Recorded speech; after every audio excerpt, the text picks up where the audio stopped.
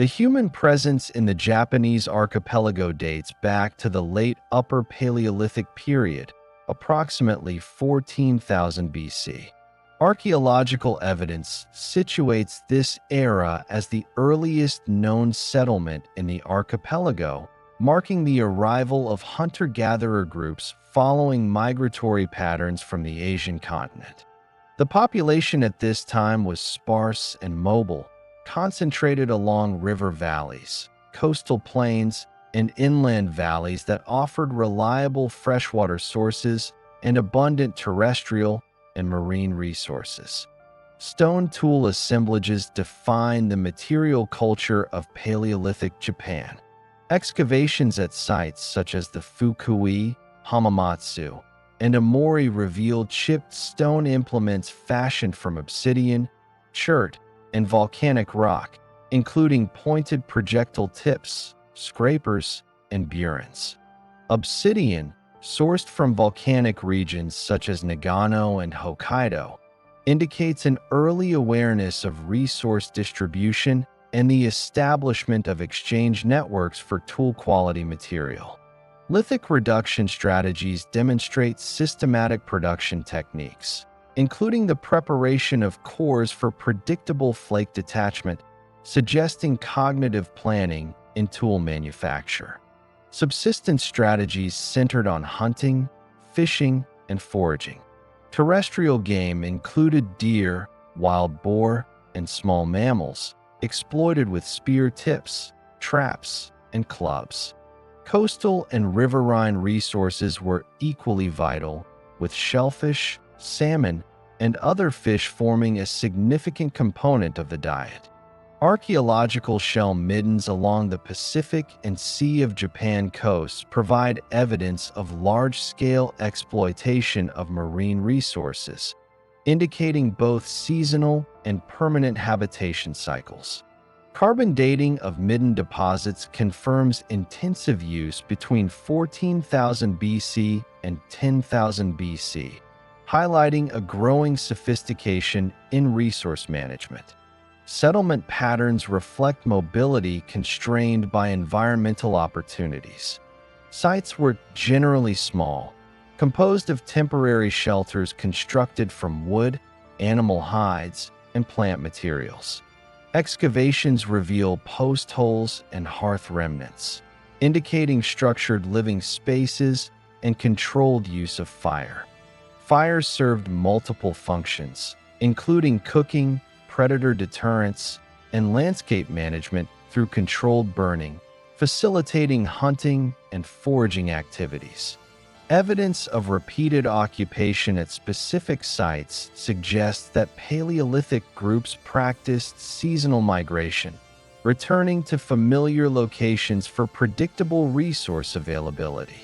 Symbolic behavior is documented, albeit limited in scope. Although no large-scale art or permanent ceremonial structures have been identified, the discovery of perforated stones, ochre fragments, and engraved objects in northern and central Japan implies rudimentary, symbolic, or ritualistic activity. Such artifacts suggest early cognitive complexity and social organization beyond immediate survival needs. The climate during this period, situated at the terminal phase of the last glacial maximum, exerted significant influence on human adaptation. Rising temperatures and the retreat of ice sheets led to the formation of mixed forests, grasslands, and wetland environments, which supported diverse flora and fauna. Paleolithic populations exploited this environmental diversity through adaptive foraging strategies, diversifying plant and animal resource use according to seasonal availability. Archaeobotanical evidence from pollen cores indicates knowledge of edible plants, tubers, and seeds, although no systematic cultivation has been documented. Sea levels were lower than in subsequent periods, producing land bridges between the Japanese archipelago and the Korean peninsula. These connections facilitated human migration and the introduction of new lithic technologies. Genetic analyses of skeletal remains from later periods indicate continuity between Paleolithic groups and subsequent Jōmon populations, suggesting that early Paleolithic communities contributed directly to the archipelago's population foundation. By 10,000 BC, the conclusion of the Paleolithic era sets the stage for the development of more sedentary lifestyles. While the Paleolithic in Japan lacked permanent architecture, the systematic production of tools, strategic exploitation of marine and terrestrial resources, and evidence of symbolic artifacts demonstrate the emergence of a structured society capable of long-term adaptation to environmental change. The transition from the Paleolithic to the Jōmon period around 10,000 BC marks a pivotal development in the human occupation of the Japanese archipelago. Climatic stabilization following the end of the last ice age produced warmer, wetter conditions, enabling more reliable food sources and encouraging semi-sedentary settlement. Early Jōmon communities adapted to these environmental shifts by establishing semi-permanent villages along rivers, lakes, and coastal plains, where resources could be predictably exploited throughout the year. A defining characteristic of the early Jōmon is the emergence of pottery. Archaeological sites such as Odai Yamamoto, Iron Aomori, and the Kamoiwa site in Hokkaido provide the earliest evidence of cord-marked ceramic vessels, dating back to approximately 10,000 BC. These vessels, often handmade using coiling techniques and decorated by impressions from ropes or cords, represent some of the earliest known pottery in the world. Pottery primarily functioned for storage, boiling, and fermenting food, suggesting increasingly sophisticated food processing and preservation methods. The production of ceramics required specialized knowledge of clay selection, tempering materials, and controlled firing, indicating an advanced understanding of materials science for the period. Subsistence during the early Jōmon period remained rooted in a diverse mix of hunting, gathering, and fishing. Evidence from midden sites, such as shell deposits along the Pacific coast, demonstrates the extensive use of marine resources, including shellfish, fish, and sea mammals. Terrestrial resources included wild boar, deer, and various small mammals, supplemented by nuts, seeds, tubers, and wild plants. Archaeobotanical remains confirm consumption of acorns, chestnuts, and walnuts, often processed through grinding and leaching to remove tannins. This diversified subsistence strategy allowed early Jōmon communities to exploit both forest and aquatic ecosystems efficiently. Settlement patterns illustrate increasing social complexity and semi-permanent habitation. Excavations at sites such as Sanomiyama in northern Honshu reveal pit dwellings with sunken floors, post holes, and hearths, arranged in planned village layouts. These dwellings, often circular or oval, provided insulation against seasonal temperature fluctuations. The presence of multiple dwellings in proximity, sometimes clustered around communal spaces or storage pits, indicates cooperative social structures and shared labor practices. Villages were small but stable, suggesting a transition from purely nomadic lifestyles to longer-term occupation with site fidelity. Technological developments extended beyond pottery to include stone tools, bone implements, and ornaments. Polished stone axes, adzes, and grinding stones reflect innovations in woodworking and land management. Bone tools, including fishhooks, needles, and awls, facilitated fishing, sewing, and other domestic activities. Ornamentation, such as shell and bone beads, indicates the presence of social differentiation or symbolic expression, though evidence remains limited. Obsidian, sourced from volcanic regions, continued to be a material of choice for projectile points, knives, and cutting implements, highlighting early trade networks and the movement of resources across regions. Early Jōmon communities exhibit evidence of ritualized behavior. While large ceremonial structures are absent in the early phase, small clay figurines and carved objects suggest the presence of symbolic or spiritual practices. These artifacts, though rare, indicate an awareness of social or cosmological concepts extending beyond subsistence concerns. Sites show spatial organization that may reflect ritual use of particular areas within villages, including designated hearths and pits potentially linked to communal activities or feasting events. Environmental management also emerges as a critical aspect of early Jōmon life. Archaeological and paleoecological studies reveal controlled burning of forests to encourage the growth of nut-bearing trees and facilitate hunting by opening dense undergrowth. This practice represents an early form of anthropogenic landscape modification, supporting both food procurement and settlement expansion. Such interventions demonstrate adaptive strategies and a sophisticated understanding of ecological dynamics. The early Jōmon period also establishes the foundations for long-distance interactions.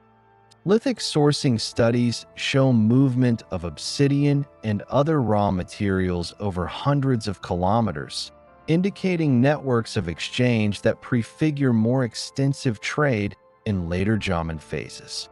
The presence of non-local shell and stone materials at settlement sites suggests emerging economic specialization and interregional connectivity. These networks likely facilitated the transmission of technology, ideas, and social practices across the archipelago. Demographic trends during the early Jōmon phase show a gradual increase in population density relative to the preceding Paleolithic period.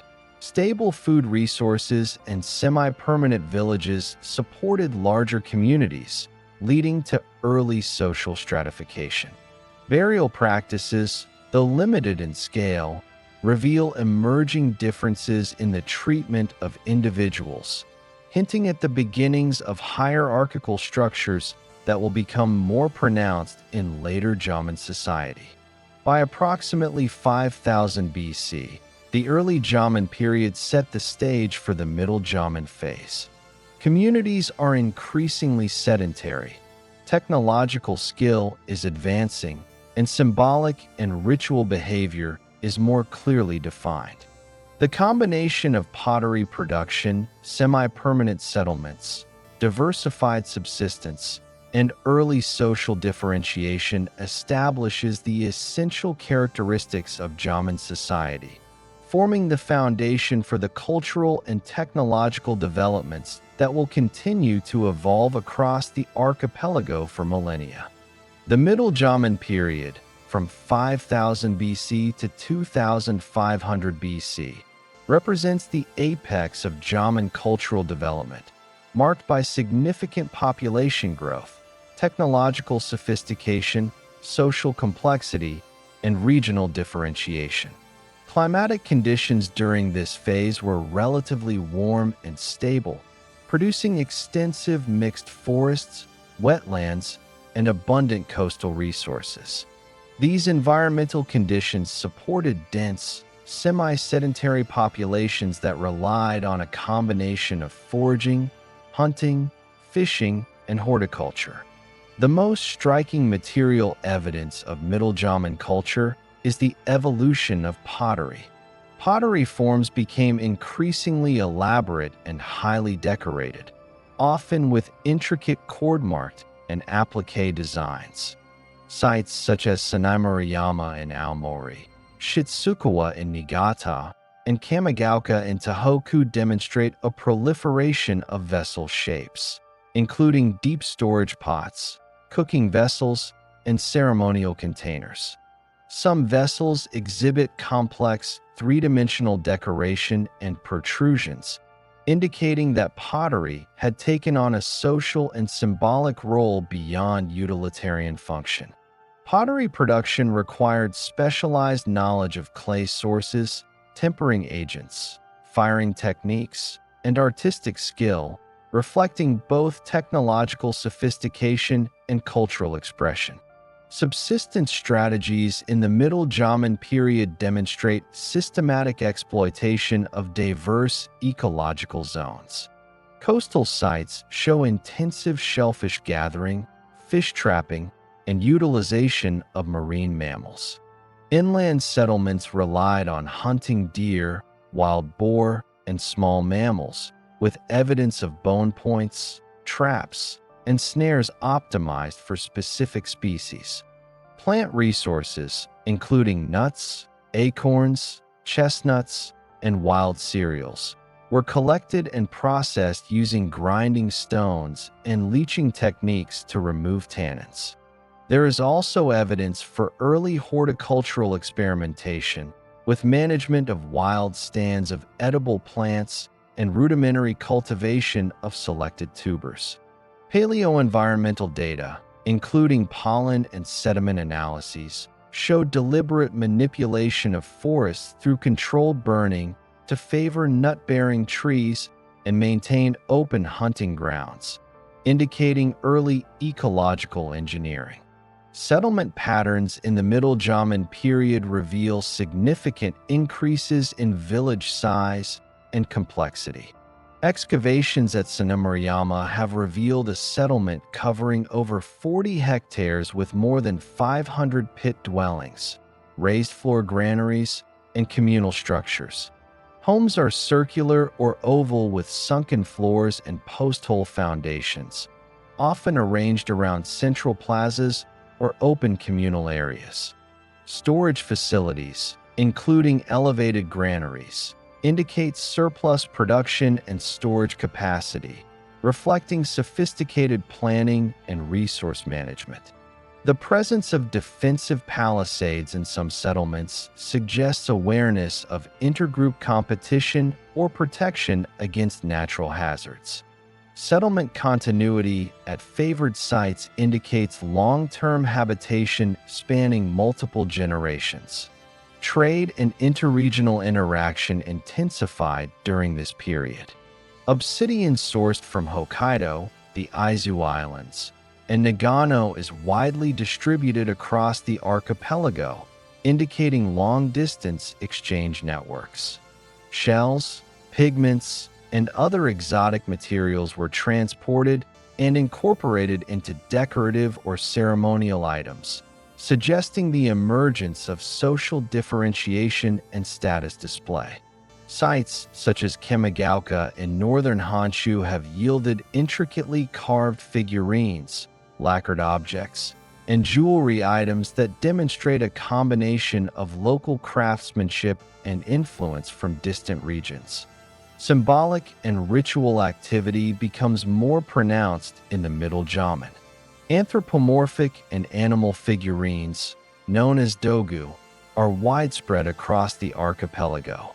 These objects, often made of clay, exhibit detailed stylization and may have been associated with fertility, healing, or social identity, though their exact function remains speculative. Archaeological context, including placement in dwellings, burial sites, or pits, suggests integration into domestic, communal, and ritual practice. Stone circles, wooden posts, and ceremonial enclosures, such as those at Oyu in Akita, indicate coordinated communal activity and the development of public ritual spaces. These features demonstrate the organization of labor, shared cultural practices, and emerging social cohesion within and between communities. Technological innovation extended beyond ceramics and ritual objects. tools for woodworking, bone and antler implements, and composite hunting equipment demonstrate advanced functional design. Polished stone axes and adzes enabled the construction of dwellings, storage facilities, and ceremonial structures. Bone needles facilitated the production of clothing and netting for fishing. Fishing technology advanced to include barbed hooks, net weights, and weirs for trapping riverine and coastal fish species, reflecting an intimate knowledge of local ecology and aquatic behavior. Burial practices and social stratification begin to manifest more clearly in the Middle Jōmon period. While most individuals were interred in simple pit graves, some sites show differentiation in burial treatment, grave goods, and spatial organization. Objects such as stone tools, ornaments, and pottery vessels are placed with selected individuals, suggesting emerging social hierarchies. Analysis of skeletal remains indicates variations in diet, health, and activity patterns, reinforcing the notion of differentiated social roles and labor specialization. The population increase during this period can be estimated from settlement density and midden size. Estimates suggest a regional population ranging from several tens of thousands to over 100,000 individuals across northern and central Honshu, with smaller concentrations in Hokkaido, Kyushu, and Shikoku. This demographic expansion required careful resource management, particularly in maintaining reliable food sources, sustainable hunting practices, and long-term habitation planning. Environmental adaptation remained central to Middle Jōmon society. Sites demonstrate strategic selection of locations near rivers, lakes, and coasts, balancing access to freshwater, arable land, and aquatic resources. Evidence of seasonal mobility within a largely sedentary framework is apparent, with exploitation of upland and lowland resources throughout the year. Forest management through selective burning, combined with fishing and hunting strategies, ensured resource renewal and minimized overexploitation. Paleoecological studies show the deliberate shaping of landscapes to support subsistence and settlement needs, reflecting complex environmental knowledge. The late Jōmon period, around 2500 BC to 1000 BC, represents a time of pronounced cultural diversification, technological advancement, and regional differentiation in the Japanese archipelago. Climatic fluctuations during this period influenced settlement patterns, resource utilization, and subsistence strategies. The relative warming trend of the early phase gradually transitioned to variable conditions, requiring adaptive responses from Jōmon communities. Late Jōmon populations occupied diverse ecological niches, including coastal plains, river valleys, upland areas, and forested regions, reflecting flexibility in human adaptation and increasing population density. Pottery production reached unprecedented levels of sophistication during the late Jōmon phase. Vessel forms became more elaborate, often with complex applique decorations, three-dimensional motifs, and ornate cord-mark patterns. Sites such as the Kamigaoka, Togarishi, and Atsukayama assemblages reveal an extraordinary diversity of vessel shapes, ranging from deep storage containers to ceremonial jars and highly stylized pots with protruding rims and elaborate patterns. Pottery production not only served utilitarian purposes, cooking, storage, and food processing, but also assumed ritual and symbolic significance. Some vessels, preserved in situ at pit sites, indicate their use in communal or ceremonial contexts, suggesting an integration of material culture into social and religious life. Subsistence strategies during the late Jōmon period demonstrate both continuity and innovation. Hunting of terrestrial animals, including deer, boar, and small mammals, remained essential, supplemented by sophisticated fishing practices. Coastal communities exploited shellfish, fish, and marine mammals intensively, as evidenced by shell middens along the Pacific and Sea of Japan coasts. Archaeological analysis shows systematic use of fish traps, weirs, hooks, and net weights, reflecting detailed knowledge of aquatic ecosystems. Plant resources remained central, with acorns, chestnuts, walnuts, and other nuts processed for consumption using grinding stones and leaching techniques. Additionally, evidence from seed remains and soil analysis suggests small-scale horticultural experimentation, with rudimentary planting of selected tubers and cereals, though fully organized agriculture had yet to emerge. These practices illustrate a nuanced and adaptive subsistence strategy capable of supporting increasing population density. Settlement patterns in the late Jōmon period reveal increasing size, permanence, and complexity. Excavated sites such as Sanemurayama, Komikino, and Horinouchi exhibit clusters of pit dwellings, raised floor structures, storage pits, and communal areas arranged in planned configurations. Dwellings are typically circular or oval, with post-hole supported roofs and sunken floors for insulation. Elevated granaries, often built on wooden stilts, provide evidence of surplus storage capacity, indicating deliberate planning and anticipation of seasonal resource variability. Some sites display partial fortification using natural topography or constructed palisades, reflecting heightened awareness of intergroup competition, environmental hazards, or both. The spatial arrangement of dwellings and communal spaces underscores social cohesion, coordinated labor, and emerging hierarchical organization within villages. Regional diversity becomes increasingly pronounced in the late Jōmon period.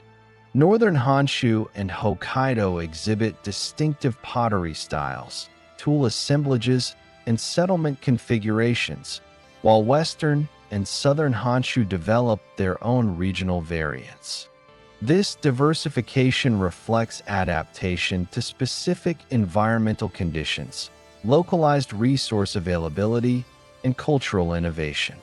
Lithic studies show continued long-distance exchange of obsidian, chert, and other tool-quality materials, while shell ornaments, stone figurines, and pigments suggest both interregional contact and the development of localized cultural expression. These patterns indicate the formation of distinct cultural zones while maintaining networks for the exchange of raw materials, technological knowledge, and symbolic objects. Technological innovation continued to advance. Polished stone axes and adzes facilitated construction, woodworking, and land management, while bone and antler implements supported domestic, hunting, and fishing activities. Fishing technology evolved to include barbed hooks, net weights, and trap systems, reflecting systematic exploitation of both freshwater and marine environments. Bone needles, awls, and cordage tools allowed the production of clothing, nets, and containers, demonstrating specialized craft production. The refinement of tool manufacture and the diversification of material culture indicate increasingly complex labor organization and technical knowledge. Ritual and symbolic expression became highly developed during the late Jōmon period. Anthropomorphic and animal-shaped figurines, or dogu, reached their most intricate forms, often featuring exaggerated anatomical characteristics, elaborate patterns, and applied decoration.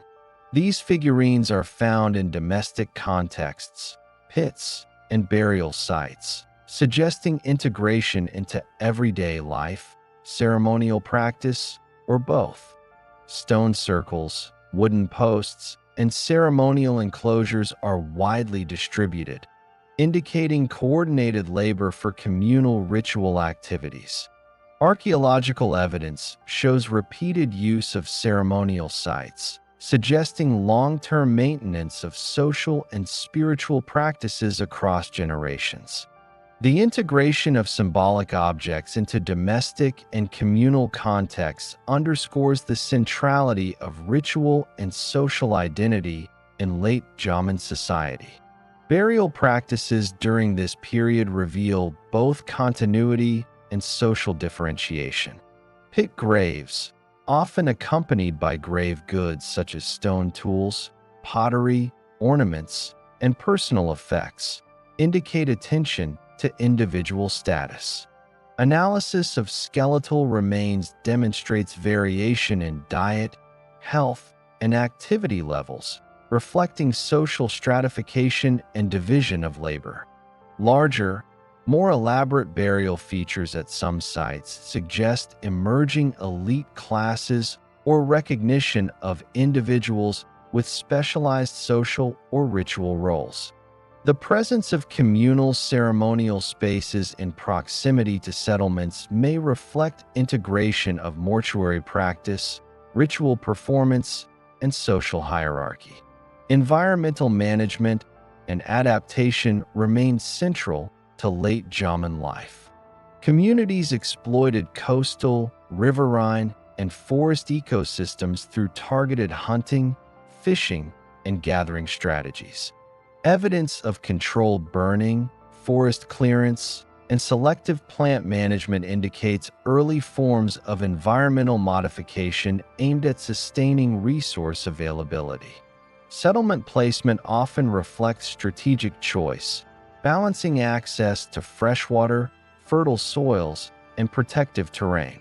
Seasonal mobility persisted alongside semi-permanent village occupation, allowing exploitation of upland and lowland resources while maintaining stable population centers. These strategies demonstrate an advanced understanding of ecological systems and long-term resource sustainability.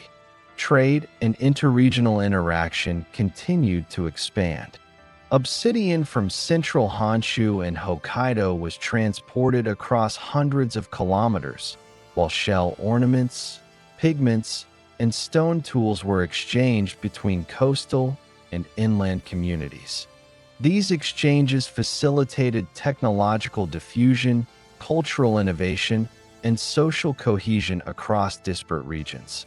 Long-distance interaction networks reflect both economic and symbolic motivations, with status goods, ritual objects, and utilitarian tools circulating across complex social landscapes.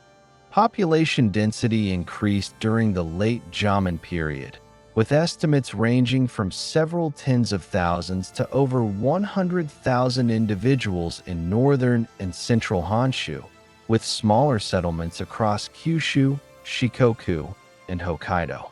These larger populations required careful management of food resources, coordinated labor for settlement construction, and long-term planning for subsistence and storage. Archaeological evidence demonstrates that late Jōmon communities achieved a remarkable balance between population growth, resource exploitation, and environmental sustainability, ensuring cultural continuity for centuries.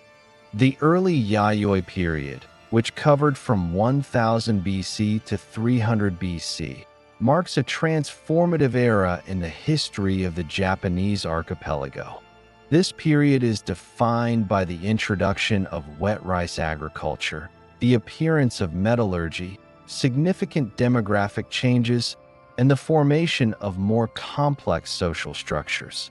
These innovations fundamentally altered settlement patterns, subsistence strategies, technology, and interregional interaction, creating the foundation for the subsequent consolidation of regional chiefdoms. The most prominent feature of early Yayoi culture is the adoption of wet rice agriculture. Archaeobotanical analysis of paddy fields and irrigation systems at sites in northern Kyushu, including Itazuke and Yashinagari, provides clear evidence of systematic rice cultivation. Early Yayoi communities constructed shallow, low-lying paddies alongside riverbanks and wetlands, using simple earthworks to control water levels. The introduction of paddy agriculture allowed for greater predictability in food production compared to the foraging and hunting strategies of the late Jōmon period. This stability supported larger, more sedentary populations and facilitated the growth of permanent villages. The rice varieties cultivated during this period were closely related to strains from the Yangtze River Basin in China, suggesting a transfer of agricultural knowledge and genetic stock through migration or trade. Settlement patterns underwent a significant transformation during the early Yayoi. Villages became more extensive and nucleated, often located near fertile floodplains to optimize agricultural production. Excavations reveal rectangular, semi-subterranean dwellings with raised floors to protect against flooding and pests. Storage pits, often lined with clay, were used for surplus grains, while wooden granaries elevated on stilts allowed for the secure storage of food and other resources. Defensive features, including moats and palisades, appear in some settlements, reflecting an emerging need to protect resources and territory from rival groups. Archaeological evidence indicates that settlements were strategically planned to balance agricultural efficiency, defensibility, and access to water and trade routes. The early Yayoi period is characterized by the introduction of metallurgy. Bronze and iron tools and weapons appeared across northern Kyushu and gradually spread to other regions of Honshu and Shikoku. Bronze objects include ceremonial items such as mirrors, bells, dotaku, and weapons, often intricately decorated, signifying both ritual importance and social prestige. Iron was primarily used for practical implements such as axes, knives, and hoes, facilitating agriculture, woodworking, and construction. Metallurgical technology was likely introduced from the Korean Peninsula, reflecting close interaction with continental East Asia. The presence of imported metal objects, as well as locally produced items, indicates a combination of adoption, adaptation, and innovation within Yayoi communities. Pottery production evolved from the late Jōmon tradition to reflect Yayoi functional requirements.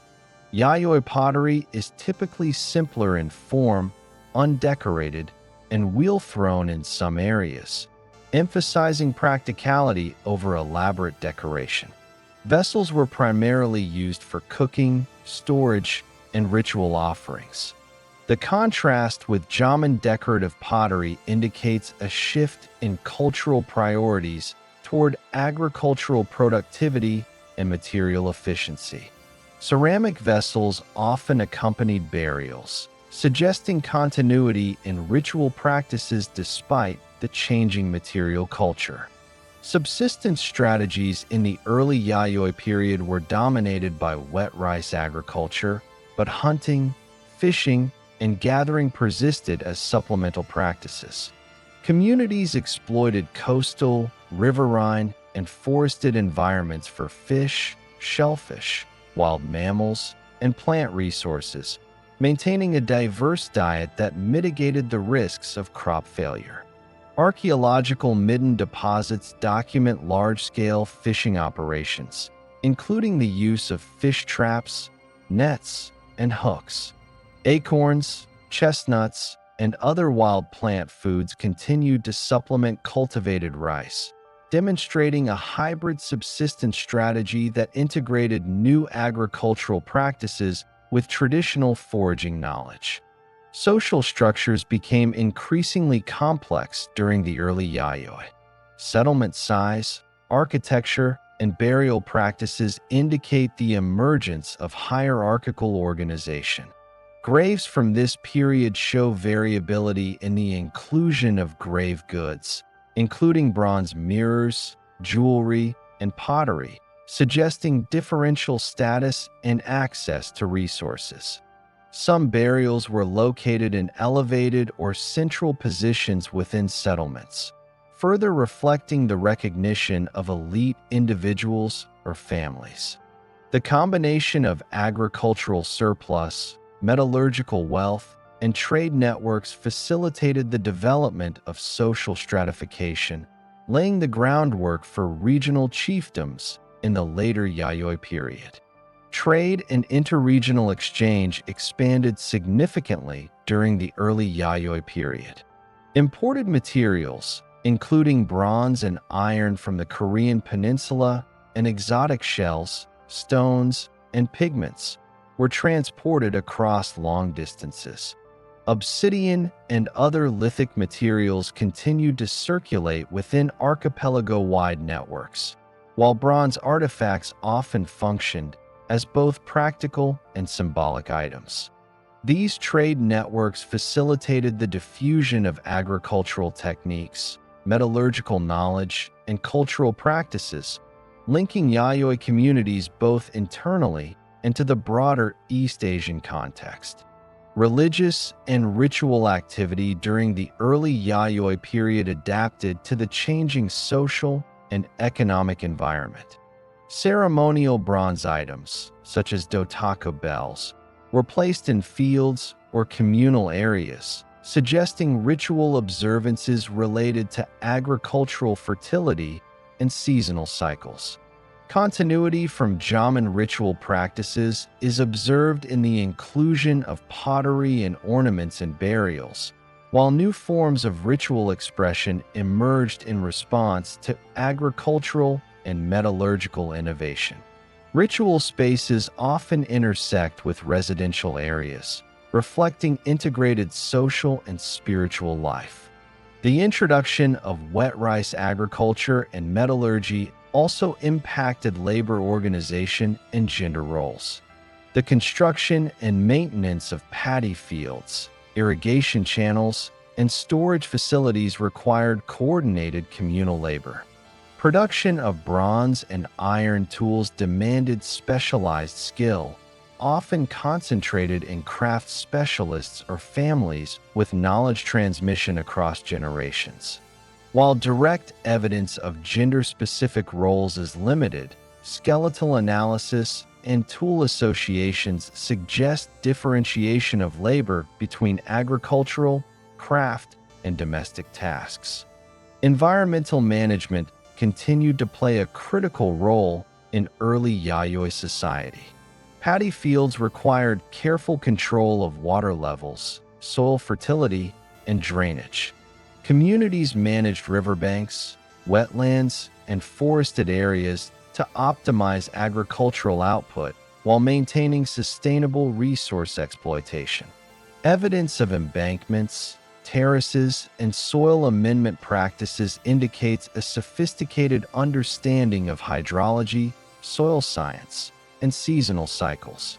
These strategies allowed communities to expand population density while ensuring the long-term viability of agricultural production.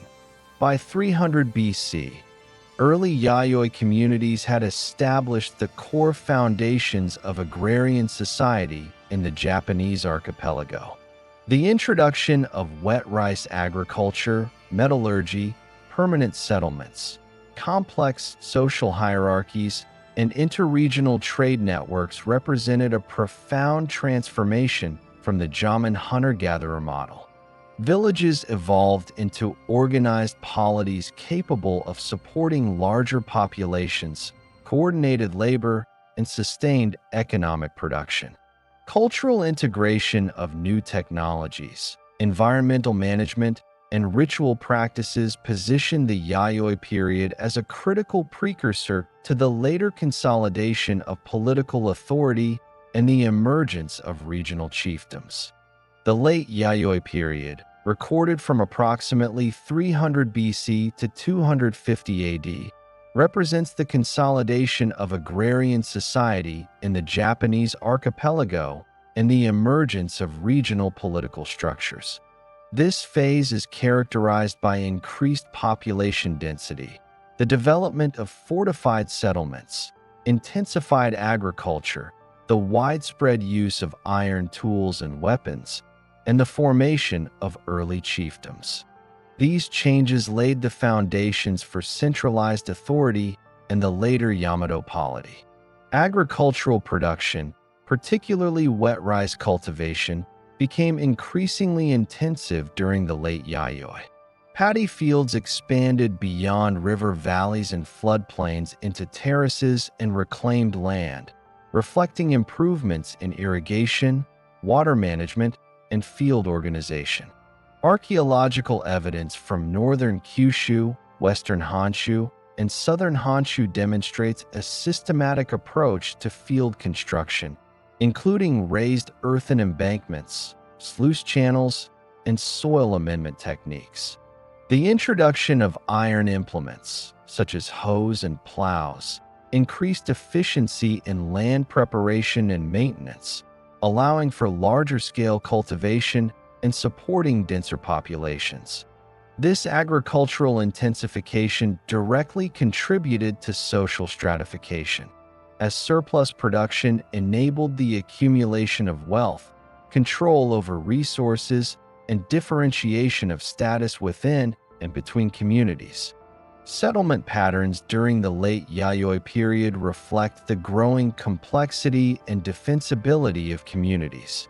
Villages were often located on elevated terrain, hills, or peninsulas, providing natural defense, and supplemented with man-made fortifications, including moats, embankments, and palisades. Excavations at Yashinagari, a major site in northern Kyushu, reveal extensive defensive structures, including concentric moats and wooden palisades encircling multiple residential clusters.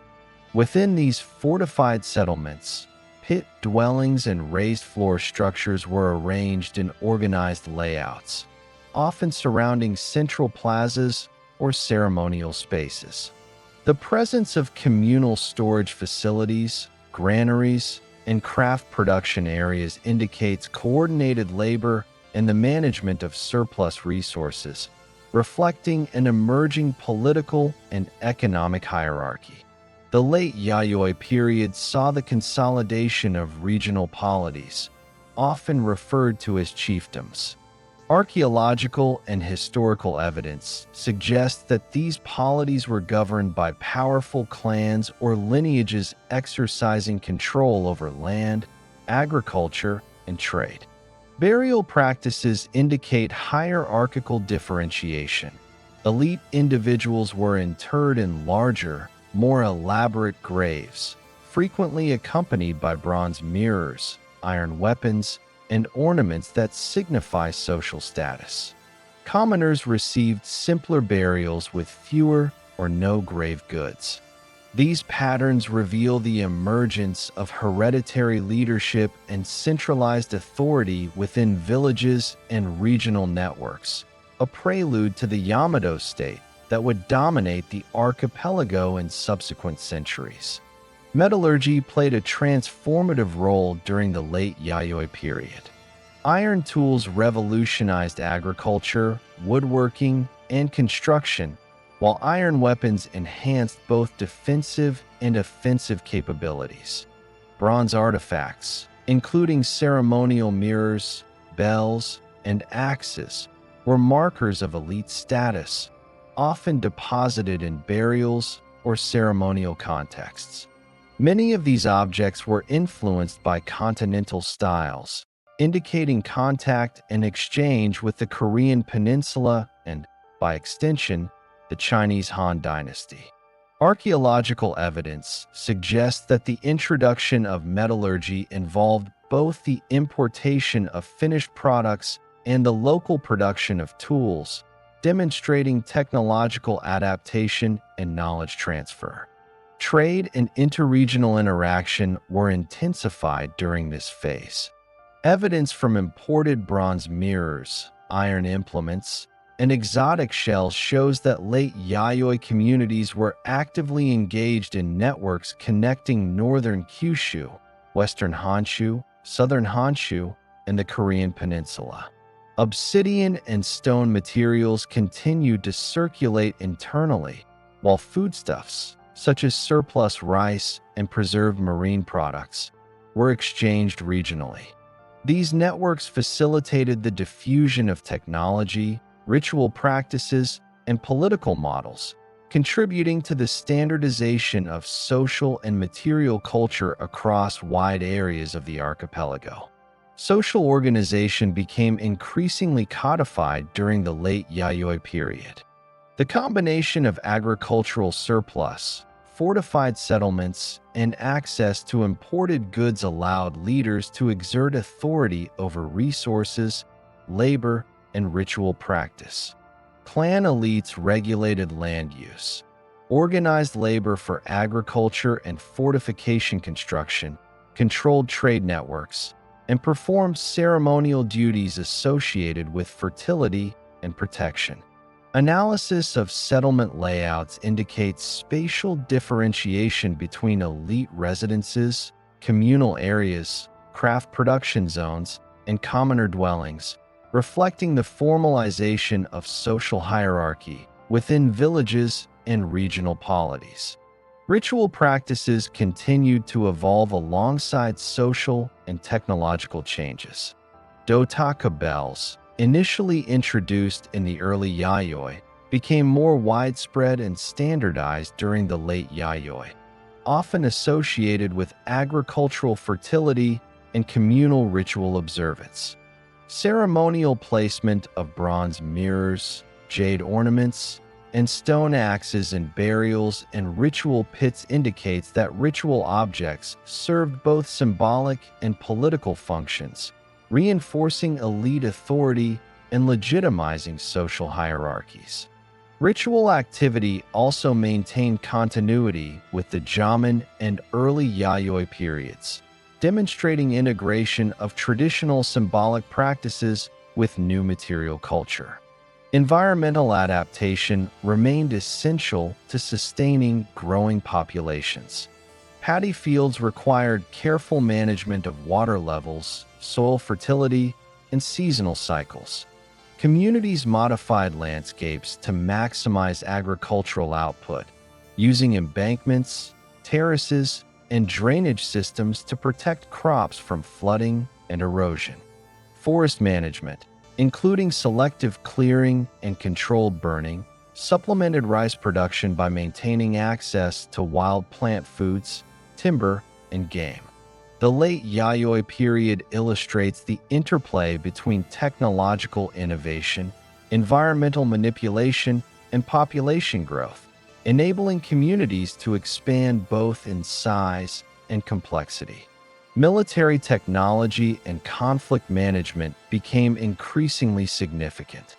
The presence of iron weapons, defensive fortifications, and elevated settlements suggests that intergroup competition for resources, land, and political influence was a persistent concern.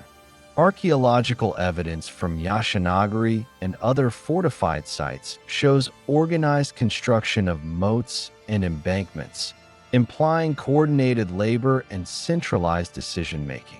The emergence of militarized elite leadership underscores the linkage between agricultural surplus, resource control, and political authority. By approximately 250 AD, the late Yayoi period had created the conditions for the emergence of the Kofun period and the rise of the Yamato polity.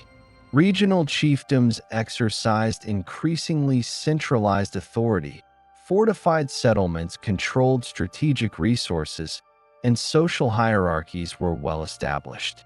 Agricultural production, metallurgy, trade networks, and ritual practices had transformed the archipelago into a landscape of interlinked polities capable of sustaining larger populations and more complex social structures.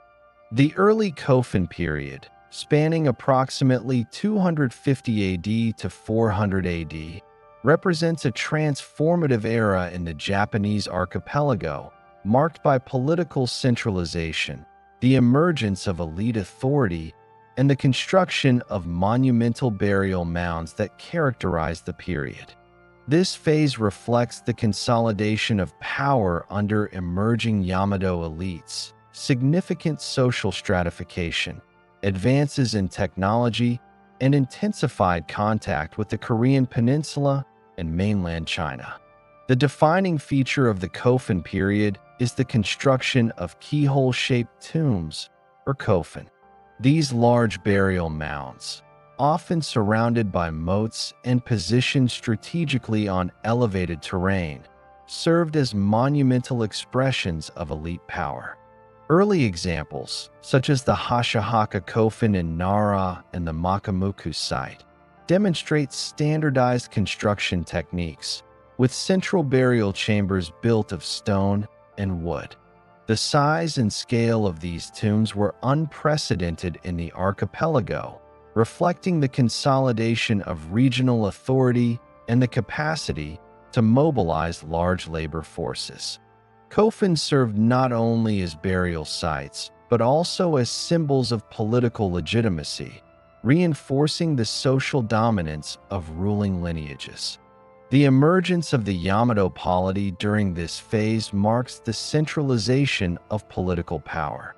Archaeological evidence indicates that a network of elite clans, based in the Kinai region of central Honshu, exercised influence over surrounding territories.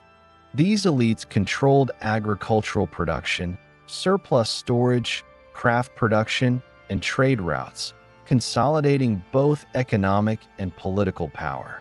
Early Kofun tombs, with accompanying grave goods, illustrate the hierarchy of elites, including rulers, military leaders, and high-status families. Bronze mirrors, iron weapons, ceremonial jewelry, and other imported items were placed within burial chambers, signifying both prestige and connections to continental cultures. Agriculture continued to be the foundation of the economy. Wet rice cultivation remained intensive, with paddy fields expanded through terrace construction and water management systems. Iron implements facilitated land clearing, plowing, and harvesting, allowing larger areas of cultivation and supporting denser populations. The organization of labor for agriculture, construction, and craft production reflects centralized authority and social stratification, with elites directing surplus management and coordinating communal effort. Subsistence also included continued exploitation of coastal and riverine resources, hunting, and the collection of wild plants, supplementing the staple rice economy and maintaining dietary diversity. Technological advances during the early Kofun period included the widespread use of iron tools and weapons, often imported from the Korean Peninsula or produced using continental techniques. Iron axes, plows, knives, and spearheads facilitated agriculture, construction, and warfare. The diffusion of metallurgy was accompanied by ceramic production, which transitioned from Yayoi styles to Haji pottery. Simple, unadorned vessels suited for utilitarian purposes. Haji pottery is often found within settlement contexts and tombs, signifying both domestic and ritual use. The combination of iron and ceramic technology underscores the increasing sophistication of early Kofun society. Settlement patterns reflect both strategic location and hierarchical organization. Elite residences were situated near burial mounds or in elevated areas, while commoner villages surrounded central elites or were clustered near agricultural land. Excavations at sites such as Makamuku and Hashihaka show a clear differentiation between elite compounds, communal areas, and craft production zones. Defensive structures were limited in this early phase, suggesting that political consolidation was achieved more through centralized authority and ritual legitimacy than constant warfare. The planning of settlements indicates coordinated labor, resource allocation, and social organization, highlighting the capacity of elites to control both population and production. Trade and continental interaction intensified during the early Kofun period. Diplomatic and cultural contacts with the Korean Peninsula introduced advanced technologies, including iron smelting, bronze casting, and military equipment.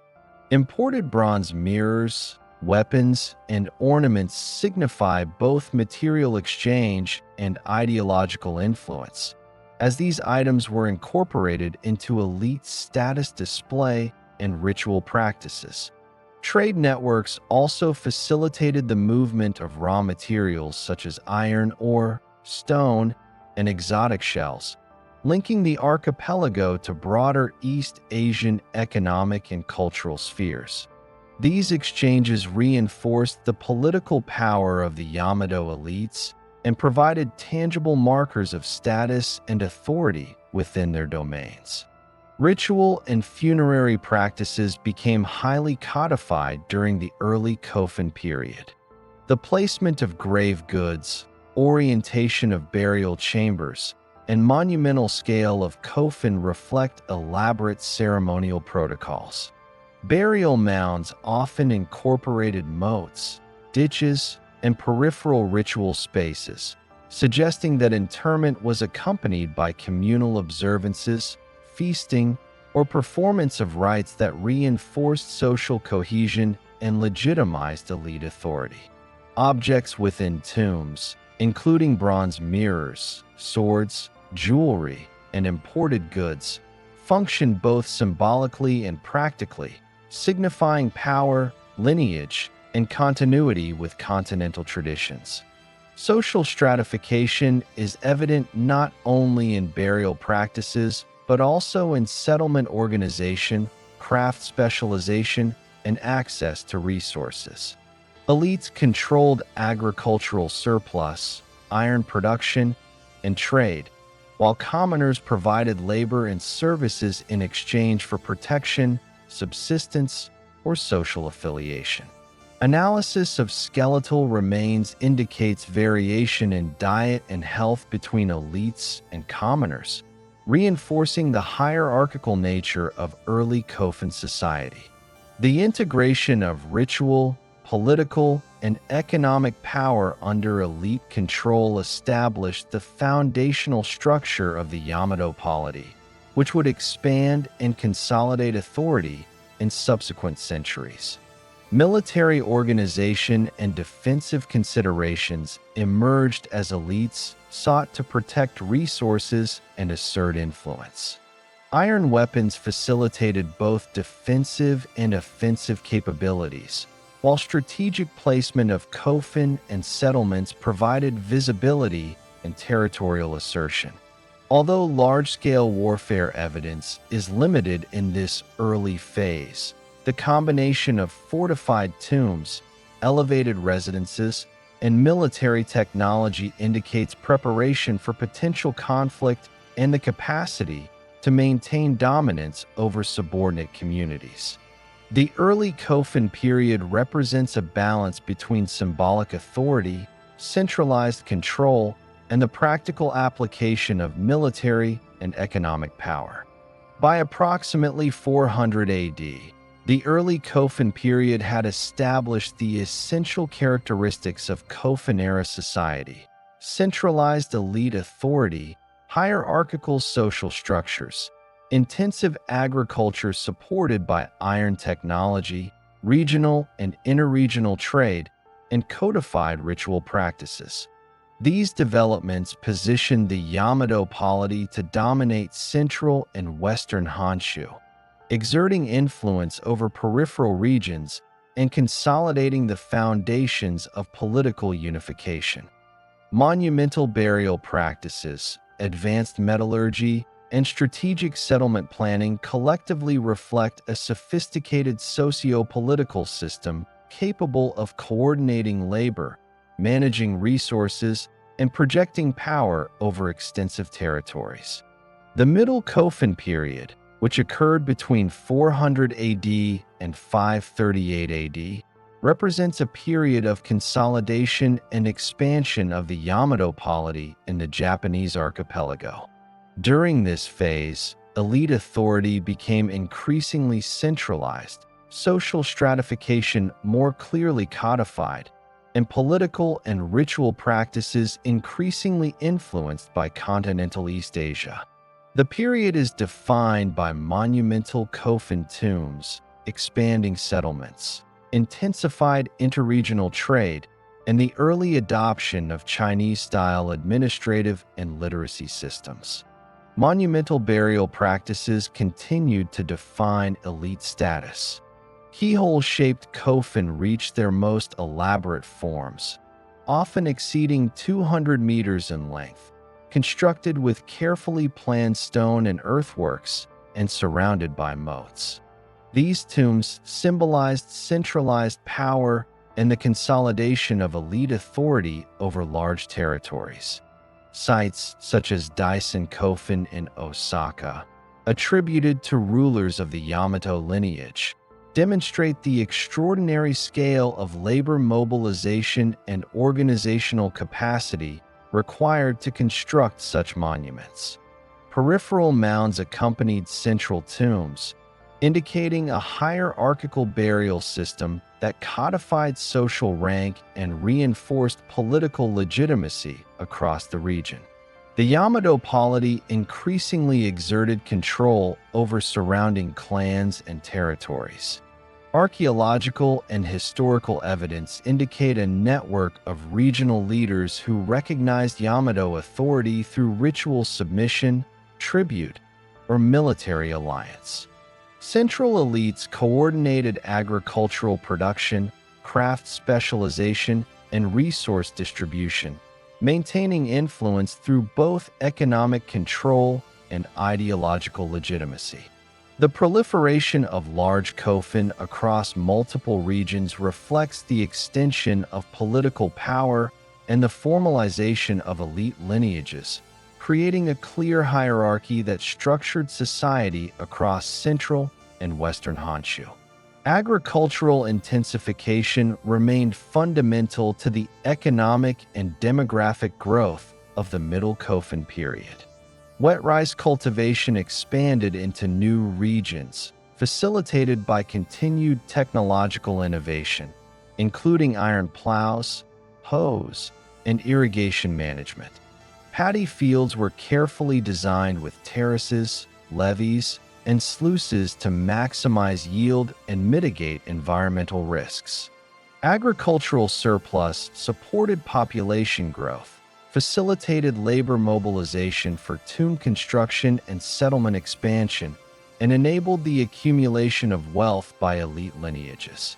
Supplementary subsistence practices, including fishing, hunting, and gathering of wild plants, continued to provide dietary diversity and security against crop failure. Settlement patterns during this phase exhibit increasingly hierarchical organization. Elite compounds were strategically located near central tombs or in regions of high agricultural productivity, while commoner villages surrounded these centers or were dispersed across productive lands. Archaeological evidence from sites such as Makamuku and Sakurai indicates that settlements included domestic dwellings, craft production areas, communal spaces, and storage facilities. Fortifications, including earthen embankments and moats, were selectively employed in response to regional competition or environmental threats. Spatial differentiation within settlements reflects social stratification and centralized planning under elite direction. Technological innovation expanded during the Middle Kofun period. Iron tools and weapons were widely utilized, with local production centers supplying agricultural implements, construction tools, and military equipment. Bronze objects, including ceremonial mirrors, bells, and ornaments, continued to signify elite status and maintain symbolic continuity with earlier Kofun traditions. Pottery evolved toward utilitarian haji-ware for domestic use, while elite tombs included highly refined ceremonial vessels and objects of continental origin. The integration of imported technologies and locally produced artifacts demonstrates both adaptation and selective innovation in response to social, economic, and ritual demands. Trade and interregional interaction intensified during the Middle Kofun period, particularly with the Korean Peninsula and China. Diplomatic contact, as documented in Chinese records, included the exchange of goods, technology, and political ideas. Imported artifacts such as bronze mirrors, coins, swords, and ornaments signify both material and ideological influence. Trade facilitated the diffusion of continental administrative models, craft techniques, and ritual practices, reinforcing Yamato authority and providing tangible markers of elite legitimacy. Coastal settlements, riverine transport routes, and overland connections facilitated the movement of goods, linking multiple regions within the archipelago and integrating them into broader East Asian networks. Social hierarchy became increasingly codified during this phase. Elite authority was maintained through control of agricultural surplus, craft production, trade networks, and ritual observances.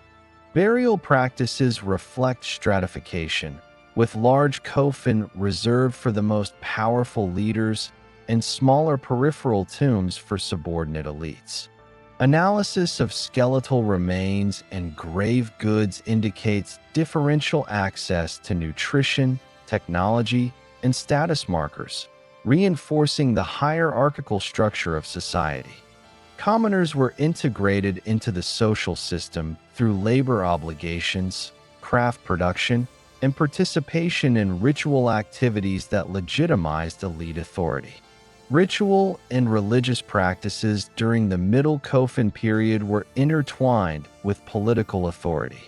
The placement of ceremonial artifacts in tombs, the orientation and scale of burial mounds, and associated ritual spaces served to reinforce elite legitimacy.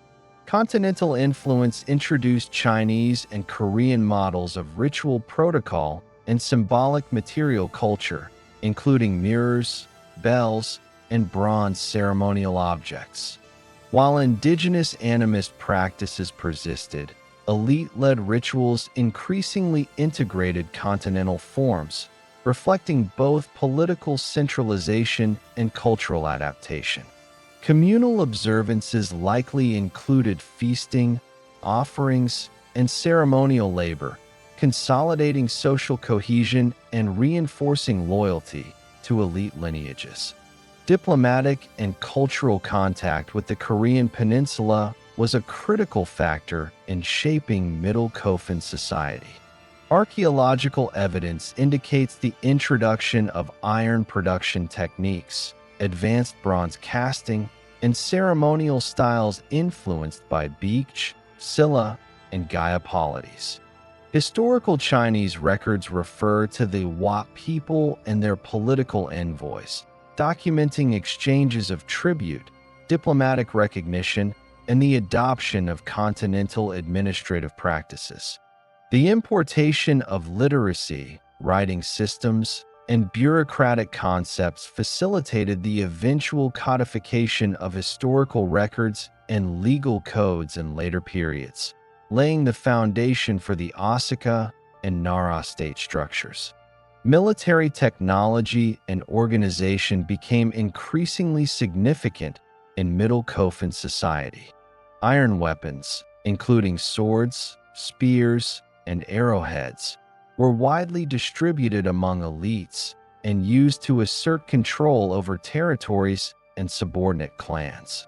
Strategic placement of settlements, elevated elite compounds, and fortified sites indicates preparation for intergroup conflict or defense against rival polities. Coordination of labor for agriculture, construction, and defense demonstrates centralized authority and the ability of Yamato elites to mobilize resources effectively. Military capability reinforced political legitimacy and the capacity to enforce hierarchical social structures. By 538 AD, the Middle Kofun period had fully established the socio-political and cultural characteristics of the Yamato state. Elite authority was centralized and hierarchical. Tomb construction demonstrated monumental labor organization. Settlements were strategically organized. Agriculture was intensive and technologically advanced, and trade networks connected the archipelago to continental East Asia. Ritual practices codified elite legitimacy, while military technology and fortified settlements reinforced control over both resources and populations. The integration of indigenous traditions with continental innovations laid the groundwork for the formalized political, administrative, and religious structures that would define the subsequent Asuka period. The early Asuka period, recorded to be from 538 AD to 645 AD, marks a decisive transformation in the political, cultural, and religious landscape of the Japanese archipelago. This era reflects the consolidation of Yamato authority, the formal introduction of Buddhism, the adoption of continental administrative models, and the emergence of early historical documentation. These developments collectively reshaped governance, social hierarchy, ritual practice, and interregional diplomacy, positioning Japan for the subsequent codification of imperial rule. The introduction of Buddhism in 538 AD represents a watershed moment in early Asuka society. Archaeological evidence and contemporary records indicate that Buddhist doctrine, ritual practice, and material culture were transmitted primarily from the Korean kingdom of Beech. The earliest temples, such as Asakadera, were constructed using continental architectural principles, including wooden post and beam structures, tiled roofs, and elevated platforms. Imported bronze and gilt statues of the Buddha, along with ritual implements such as incense burners and ritual bells, accompanied the establishment of these temples. Buddhism functioned as both a spiritual and political tool, providing the Yamato court with a framework for centralized authority and ideological legitimacy. Political centralization intensified during the early Asuka period. The Yamato court, based in the Asuka region of modern Nara prefecture, adopted administrative models influenced by contemporary Chinese governance, including codified offices, formal titles, and bureaucratic functions. Confucian principles guided governance, emphasizing hierarchy, loyalty, and the ethical duties of rulers.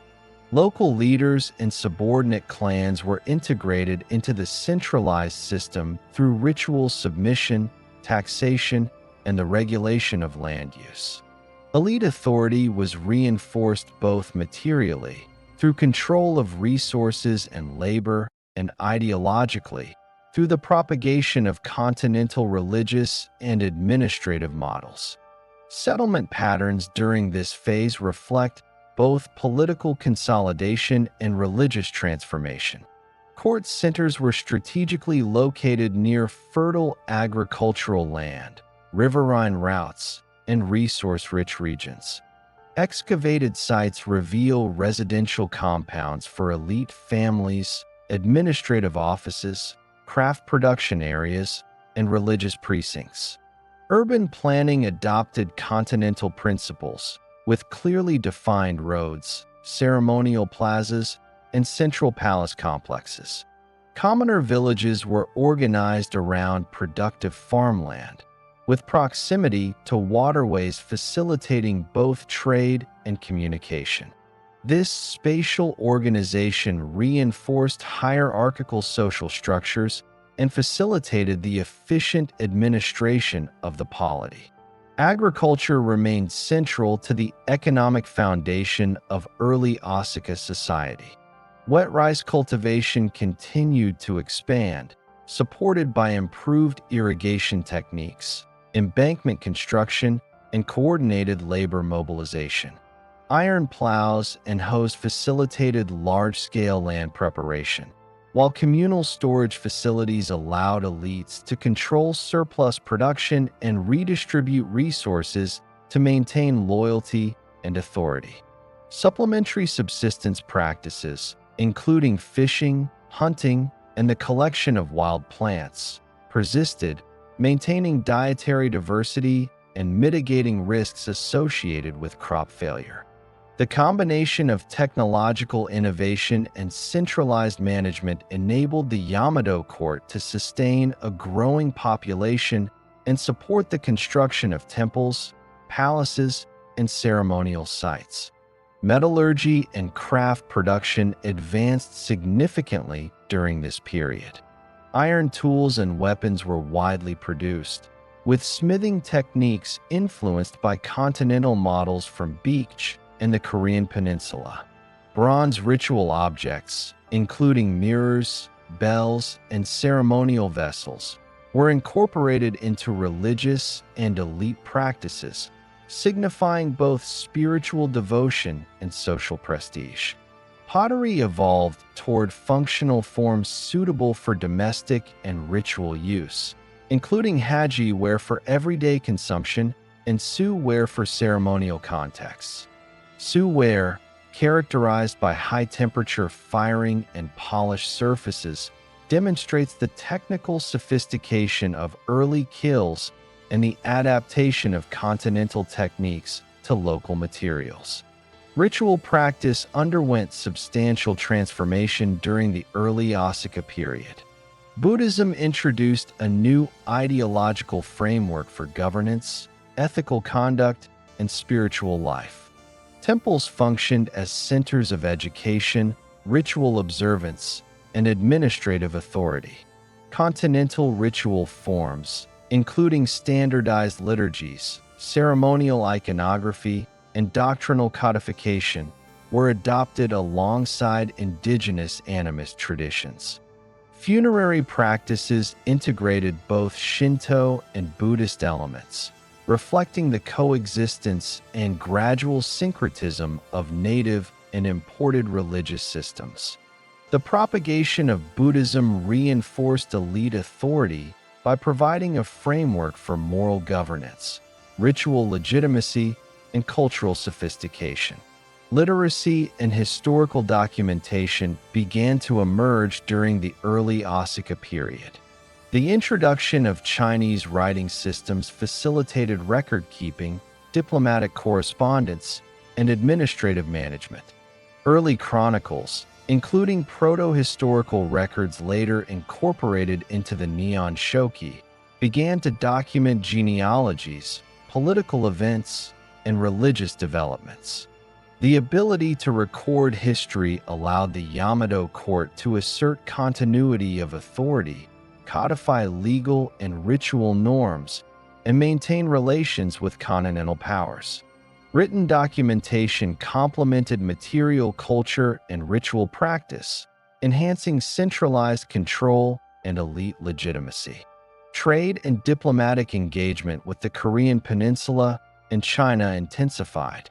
Archaeological and textual evidence documents the importation of Buddhist texts, bronze ritual objects, iron technology, and administrative models. Diplomatic missions, known as kintoshi, facilitated cultural exchange, introduced continental literacy and bureaucratic techniques, and established Japan's presence within East Asian political networks. Trade routes, both maritime and overland, enabled the movement of goods, ideas, and personnel, reinforcing the Yamato court's ability to coordinate production, ritual, and administration across the archipelago. These connections also provided access to advanced continental technology, artistic styles, and religious knowledge, which were selectively integrated into local practice. Social stratification continued to deepen during this phase. Elite authority was reinforced through control of land, agricultural surplus, craft production, trade, and ritual observances. Hierarchical differentiation is evident in settlement patterns, burial practices, and access to imported and locally produced material culture.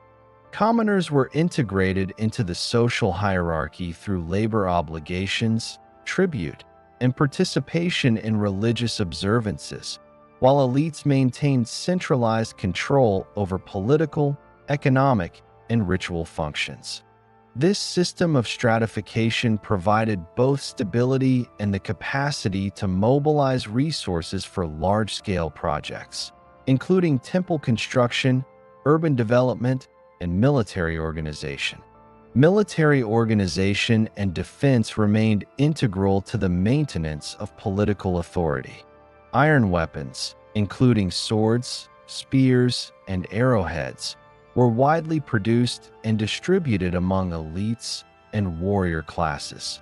Strategic placement of palaces, administrative centers, and religious complexes facilitated defense and control of key resources. While evidence of large-scale warfare is limited, the capacity to coordinate labor, produce weapons, and fortify settlements underscores the integration of military and political authority in maintaining Yamato dominance. The period reflects a balance between ritualized authority, centralized administration, and practical preparation for conflict. By 645 AD, the early Asuka period had established the fundamental characteristics of Japan's emerging state system. Buddhism provided ideological and spiritual legitimacy for centralized authority, while administrative and bureaucratic models introduced from the continent facilitated effective governance. Agriculture supported population growth and labor mobilization. Metallurgy and craft production advanced technological and ritual capacities, and trade and diplomacy integrated Japan into regional networks. Social hierarchy was codified through settlement organization, ritual practice, and elite control of resources, establishing the framework for subsequent state consolidation and legal reform under the Taika reforms. The late Asuka period, spanning approximately 645 AD to 710 AD, represents the formal centralization of imperial authority in the Japanese archipelago through the implementation of the Taika reforms, the codification of bureaucratic administration, and the deep institutionalization of Buddhism within the state. This era consolidates political, economic, religious, and legal transformations that had their origins in the early Asuka period and establishes the administrative, ritual, and structural frameworks that shaped subsequent Nara period governance. The Taika reforms of 645 AD constitute the central transformative event of this period. Following a coup that eliminated rival factions within the Yamato court, the reforms implemented a system of centralized governance based on Chinese models, particularly those derived from the Tang dynasty. Land was declared state property, and the principle of taxation and redistribution of agricultural resources was codified. Rice fields, previously managed by clans or individual lineages, were placed under imperial control, with surplus production allocated to support the court, military, and administrative apparatus. This reorganization transformed the relationship between the imperial authority, local elites, and commoners, establishing a system of obligations, tribute, and labor contributions across the archipelago. Bureaucracy and administration were formalized during this period. Offices were systematically categorized, officials were appointed according to rank and function, and record-keeping became standardized. Provincial administrators were assigned to oversee taxation, law enforcement, and agricultural management, reporting directly to the central authority. Official titles, ranks, and responsibilities were defined with precision, reflecting continental influence from Chinese bureaucratic models. Centralized administration facilitated coordination of labor, resource allocation, and military readiness, enabling the Yamato court to project authority across diverse and geographically dispersed regions. The consolidation of the capital is another defining characteristic of the late Asuka period. Capitals were relocated multiple times in response to political, environmental, and strategic considerations. Each capital, including Fujiwara-kyo, served as a center of imperial authority, administrative coordination, and ritual observance. Urban planning adopted Chinese-inspired grid patterns, with palaces, administrative offices, religious precincts, and residential districts carefully arranged. The rotation of capitals reflects both the centralization of authority and the court's adaptive strategies to manage environmental hazards, consolidate political legitimacy, and maintain control over regional elites. Buddhism became fully institutionalized during the late Asuka period, functioning as both a religious and political instrument. State-sponsored temples were constructed with continental architectural techniques, including tiled roofs, raised wooden platforms, and symmetrical layouts. Monastic communities operated under imperial supervision, serving as centers of ritual practice, education, and record-keeping. Buddhist doctrine was integrated into the ideological justification of imperial authority, reinforcing the legitimacy of centralized governance and providing a moral framework for law, administration, and public conduct. Iconographic and ritual elements from the Korean Peninsula and China were adopted and adapted, reflecting the selective incorporation of continental practices into the Japanese context. Agriculture and economic management were deeply transformed under the late Asuka reforms.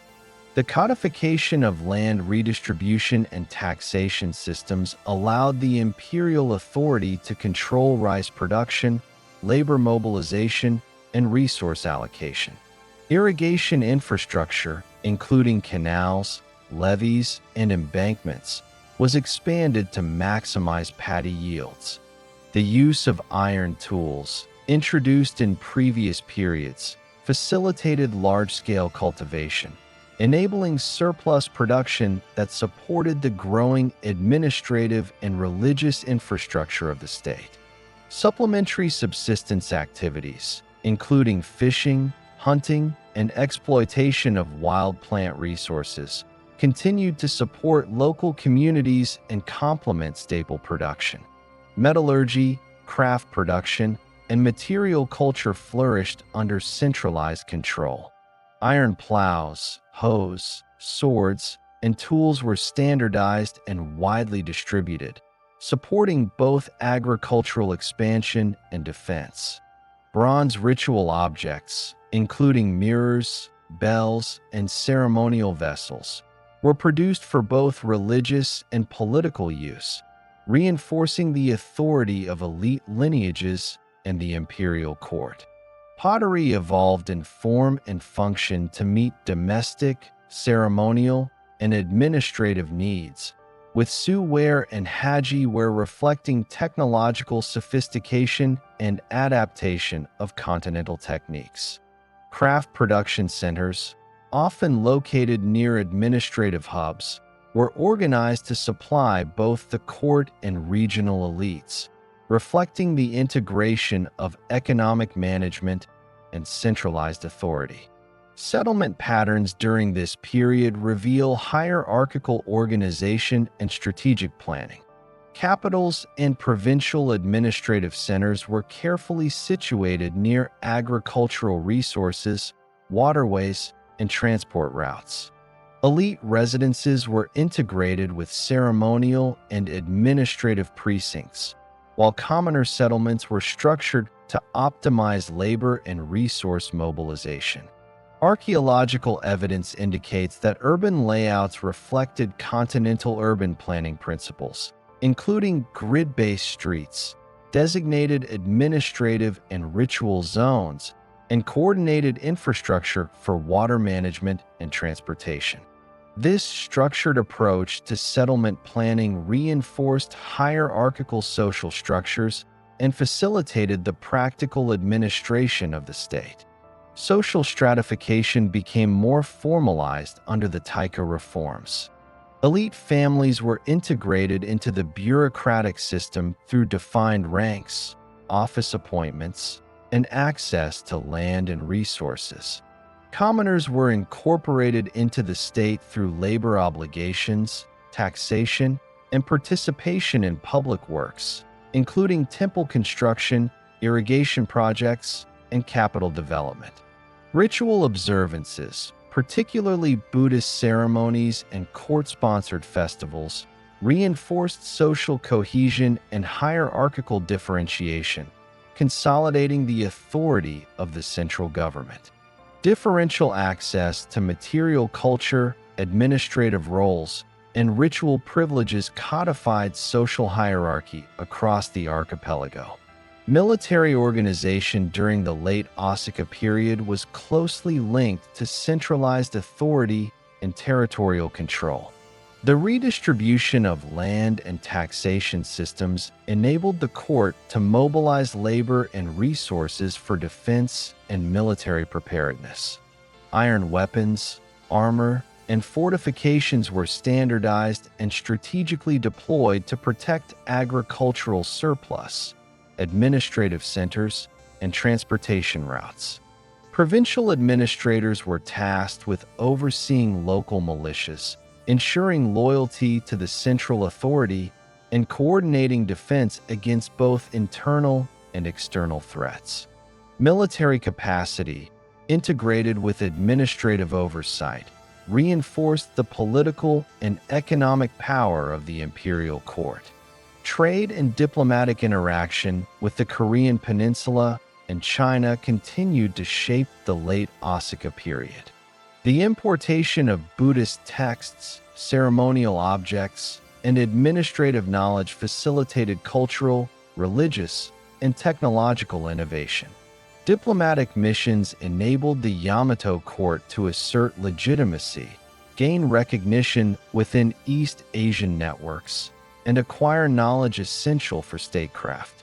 Coastal settlements and riverine routes facilitated the transport of goods, personnel, and information, linking the archipelago internally and with continental centers of power.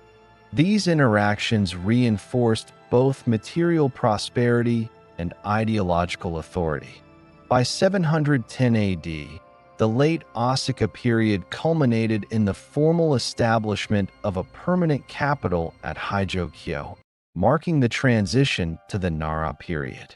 Administrative centralization, codified taxation, standardized bureaucratic offices, and integrated religious institutions provided a coherent framework for imperial governance. The institutionalization of Buddhism, coupled with continued adherence to indigenous traditions, established a dual ideological foundation for state authority. Agricultural productivity, technological capacity, and centralized management enabled the sustenance of an increasingly complex society, capable of supporting large-scale construction, religious activity, and military organization. The early Nara period, spanning approximately 710 AD to 740 AD, represents the first fully institutionalized phase of a permanent imperial government in the Japanese archipelago, marked by the establishment of Hijō-kyo, modern Nara, as the first fixed capital. This period reflects the culmination of centuries of political centralization, administrative innovation, and cultural transformation, including the integration of Buddhism into statecraft, the codification of legal and fiscal systems, and the emergence of historical chronicles that systematically document political, social, and religious developments. The founding of Hijō-kyo in 710 AD established a permanent, centrally planned capital based on contemporary Chinese urban models, particularly those of the Tang dynasty's Chang'an. The city was laid out on a rectilinear grid, with designated zones for the imperial palace, administrative offices, religious precincts, markets, and residential districts. This planning reflected both ideological and practical considerations, signaling imperial authority and facilitating effective governance. The centralized location allowed the court to maintain direct oversight over fertile plains, river networks, and transport routes, ensuring the coordination of agricultural production, resource distribution, and communication across the archipelago. Bureaucratic consolidation was a defining feature of the early Nara period. Offices and ministries were fully codified, with ranks, responsibilities, and protocols drawn from Chinese legal and administrative systems. Provincial governors were appointed to oversee taxation, law enforcement, and local administration, reporting directly to the central authority. This hierarchical system facilitated the coordination of labor, resource management, and political control across multiple provinces. Administrative offices maintained registers of landholdings, population, and taxation obligations, reflecting a sophisticated capacity for state management and central oversight. Agriculture continued to form the economic foundation of the state. Wet rice cultivation dominated the fertile plains surrounding the capital, with systematic irrigation, embankment construction, and field organization supporting high-yield production. Iron implements, including plows, hoes, and sickles, enabled large-scale cultivation, while storage facilities allowed centralized collection and redistribution of surplus rice to support the court, military, and religious institutions. Supplementary subsistence practices, including fishing, hunting, and gathering of wild plants, continued to provide dietary diversity and resilience in the event of crop failure. The consolidation of agricultural production under state authority reinforced political control and supported the material infrastructure necessary for urban and religious expansion. Buddhism became fully integrated into state governance during the early Nara period, serving as both a spiritual and political institution. Temples such as Todaiji and Kofukuji were constructed under imperial supervision, using continental architectural techniques, including wooden post and beam construction, tiled roofs, and symmetrical layouts. Monastic communities operated as centers of education, ritual observance, record-keeping, and political influence. Buddhist doctrine provided the ideological foundation for imperial authority, linking moral governance with religious legitimacy. State-sponsored Buddhist art, including bronze Buddha statues, pagodas, and ritual implements, reflected both technical sophistication and the centralization of religious resources under elite control. Historical documentation emerged as a critical function of governance in the early Nara period. The Kojiki, 712 AD, and Nihon Shoki, 720 AD, were compiled to systematically record genealogies, political events, and historical precedents. These chronicles codified imperial lineage, legal and ritual practices, and interactions with continental powers, providing both a record of authority and a mechanism for legitimizing central rule. The codification of historical events allowed the court to establish continuity, assert dynastic legitimacy, and guide administrative and religious practice. Written records complemented material culture, ritual, and political administration, reinforcing the coherence of the centralized state. Craft production and technological advancement were highly developed in this period. Iron and bronze production supported agriculture, military capacity, and religious practice. Iron tools, weapons, and implements were standardized and widely distributed, while bronze mirrors, bells, and ceremonial vessels were produced for religious and political use. Su ware and Haji pottery remained central to domestic and ceremonial life, demonstrating high-temperature firing techniques, precise shaping, and continental influence. The coordination of craft production within and around the capital reflects centralized planning, elite control of labor, and integration of technological expertise into state functions. Social stratification was formally institutionalized. The centralized bureaucracy created distinct ranks, with elite families occupying official positions and controlling access to land, resources, and ritual authority.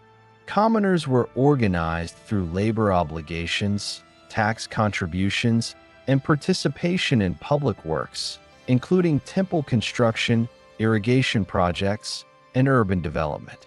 Religious institutions reinforced hierarchy, with monastic communities and state-sponsored ceremonies providing both spiritual guidance and reinforcement of social order.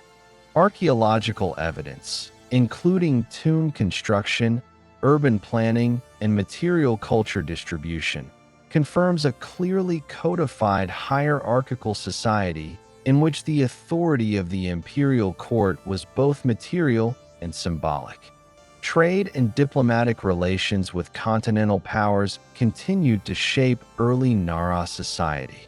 Diplomatic missions to China, Sui and Tang dynasties, and exchanges with the Korean peninsula facilitated the import of texts, technology, artistic styles, and administrative models.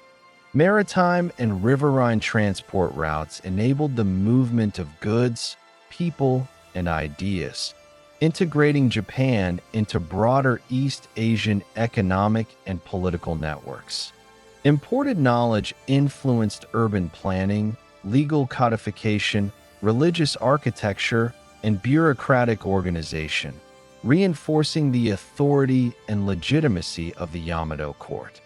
Military organization remained closely linked to centralized administration. Provincial governors maintained local militias, coordinated defense of strategic resources, and enforced taxation and labor obligations. Iron weapon production supported both military preparedness and internal security, while strategic placement of administrative and religious centers facilitated rapid response to unrest or external threats. The integration of military, administrative, and ritual authority reinforced the capacity of the central government to maintain political cohesion across a geographically complex archipelago.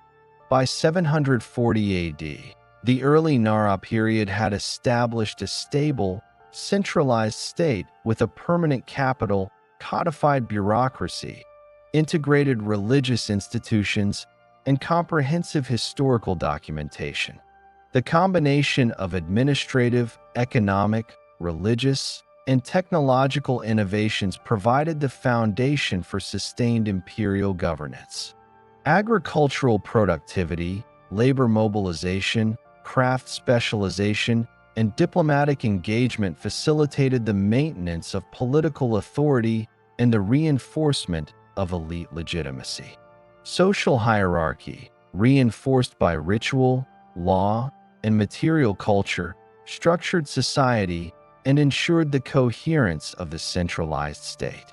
The late Nara period, spanning approximately 740 AD to 794 AD, represents the final phase of ancient Japan, characterized by political instability, environmental pressures, and administrative experimentation that culminated in the relocation of the capital to Heian-kyo, the foundation of the Heian period.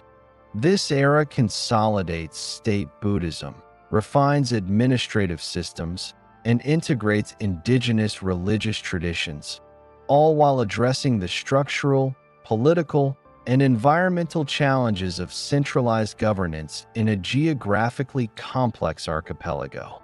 Political instability defined much of this period. Repeated natural disasters, including flooding, earthquakes, and crop failures, disrupted agricultural production and strained centralized administration.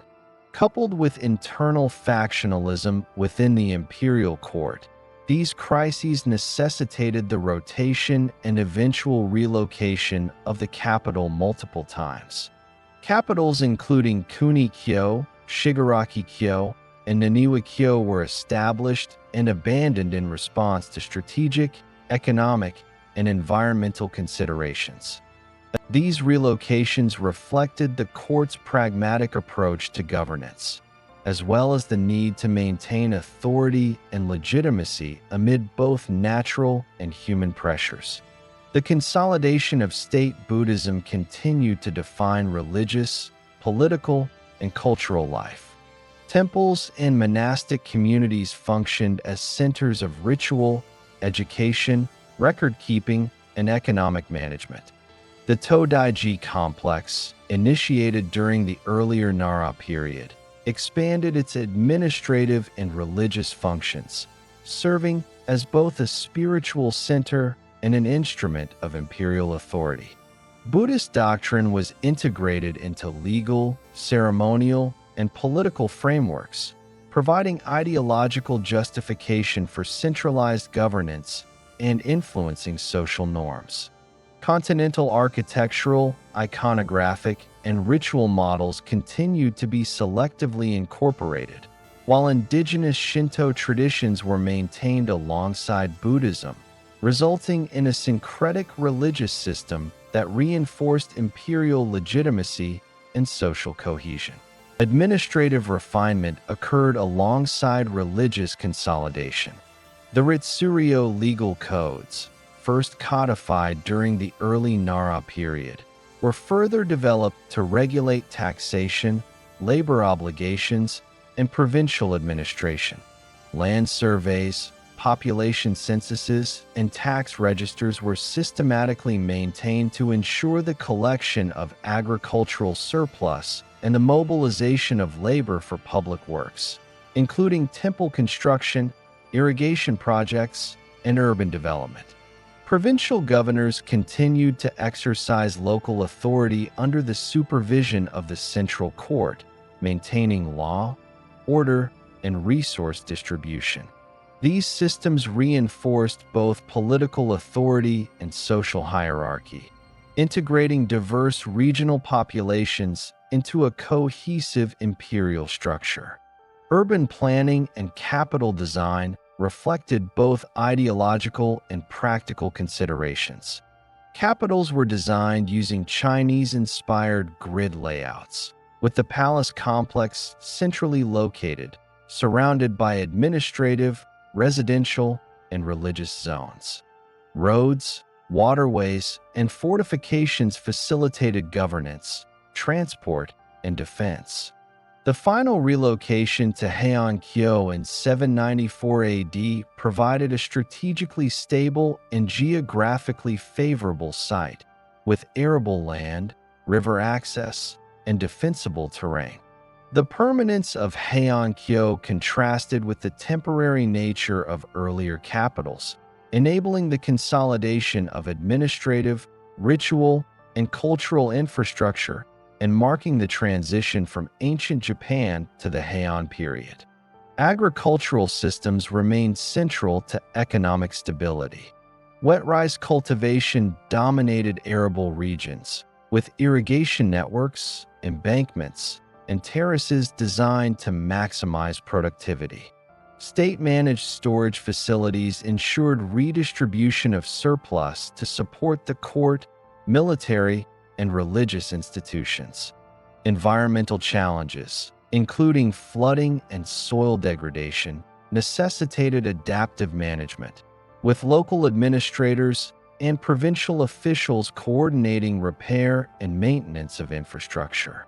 Supplementary subsistence practices, including fishing, hunting, and foraging, continued to provide dietary diversity and resilience. The integration of centralized oversight with local management ensured both productivity and political stability. Metallurgy, craft production, and material culture maintained a high degree of sophistication. Iron tools, weapons, and implements supported agricultural intensification, military preparedness, and public works. Bronze ritual objects, mirrors, and bells remained central to elite and religious practice, symbolizing both material authority and spiritual legitimacy. Pottery production, particularly Su ware and Haji ware, continued to supply domestic and ceremonial needs, reflecting technical mastery and the selective adaptation of continental techniques. Craft production was coordinated to support centralized priorities, including temple construction, urban development, and ceremonial observances. Social stratification remained codified and reinforced through administrative, ritual, and material structures. Elite families occupied positions within the bureaucracy, controlled land and resources, and oversaw provincial administration. Commoners were obligated to provide labor, pay taxes, and participate in public and religious projects, reinforcing hierarchical structures.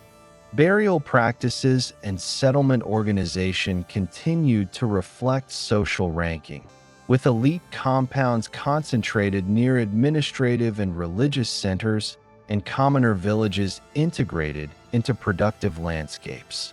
Ritual observances, including state-sponsored Buddhist ceremonies, functioned to reinforce loyalty and social cohesion across classes. Trade and diplomatic engagement persisted during the late Nara period.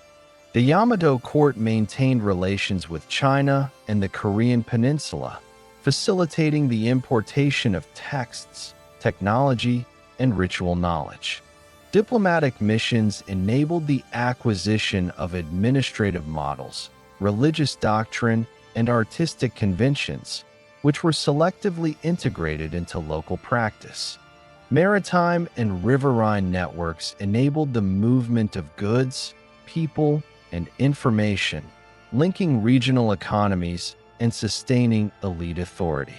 Continental interaction provided both material and ideological resources essential for sustaining centralized governance. The military organization continued to support the political and economic framework of the state. Provincial governors maintained local militias, coordinated defense of agricultural and urban infrastructure, and enforced labor and taxation obligations. Iron weapons and armor were produced and distributed to elite and provincial forces, ensuring preparedness against both internal disturbances and external threats. Military capacity was closely integrated with administrative oversight, reinforcing the ability of the central court to project authority across the archipelago and maintain social stability. By 794 AD, the challenges of environmental instability, administrative complexity, and political factionalism had been addressed through the relocation of the capital to Heian-kyo. This move established a stable, permanent seat of imperial authority, consolidating administrative, religious, and cultural functions. State Buddhism and indigenous Shinto practices operated in a complementary framework, reinforcing imperial legitimacy and social cohesion. Codified legal and bureaucratic systems ensured continued taxation, labor mobilization, and governance across the provinces, integrating diverse populations into a centralized state structure. Agriculture, craft production, and trade sustained economic and political stability, enabling the court to maintain both symbolic and practical authority. The history of ancient Japan, spanning from 14,000 BC to 794 AD, reveals a continuous trajectory of human adaptation, social organization, and state formation across the archipelago. From the Paleolithic era, when small, mobile groups relied on hunting, fishing, and foraging, to the establishment of Heian-kyo as a permanent capital, the archipelago's inhabitants demonstrated increasing technological sophistication, social complexity, and political centralization. The Jōmon period, 10,000 BC, 1000 BC, laid the foundations of sedentary life, with pottery, pit dwellings, and ritual practices reflecting organized societies and symbolic culture. As the Yayoi period, 1000 BC, 250 AD, introduced wet rice agriculture, metallurgy, and expanded trade networks, regional chiefdoms coalesced into increasingly complex polities. The Kofun period, 250 AD, 538 AD, witnessed the rise of centralized authority under the Yamato clan, monumental tomb construction, and continental influences in warfare, ritual, and diplomacy. The Asuka period, 538 AD, 710 AD, formalized centralized governance, integrating Chinese bureaucratic models, Confucian principles, and Buddhism into the state. The Taika reforms centralized land, labor, and taxation, creating the administrative and ideological framework for a unified polity. The Nara period, 710 AD, 794 AD, consolidated these foundations, establishing a permanent capital, codifying legal codes, structuring provincial administration, and building monumental Buddhist temples. Trade, diplomacy, and technological innovation further connected Japan to the broader East Asian world. Throughout this era, social hierarchy was consistently codified, with elites controlling land, labor, and ritual authority, while commoners contributed through labor, taxation, and participation in state and religious projects. Agricultural intensification, craft production, metallurgy, and trade sustained economic stability and supported the construction of temples, urban centers, and defensive structures. Buddhism became both a spiritual and political instrument, complementing indigenous Shinto traditions and legitimizing imperial authority. By 794 AD, the establishment of Heian-kyo signaled the culmination of ancient Japan's transformation. Political, economic, and religious institutions had been institutionalized to sustain centralized governance over the archipelago, integrating local populations, elite lineages, and provincial administration into a coherent state.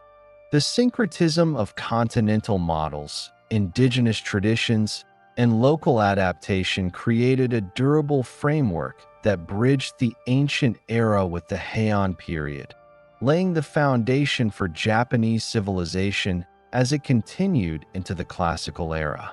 The story of ancient Japan demonstrates the resilience, adaptability, and ingenuity of its people. Over nearly 16,000 years, the archipelago evolved from scattered hunter-gatherer bands into a sophisticated, centralized state with complex social structures, advanced material culture, and enduring political institutions. Every technological innovation, ritual adaptation, and administrative reform contributed to the development of a unified society capable of enduring environmental, political, and social challenges, culminating in the establishment of Heian-kyo, the gateway to the classical era of Japanese history.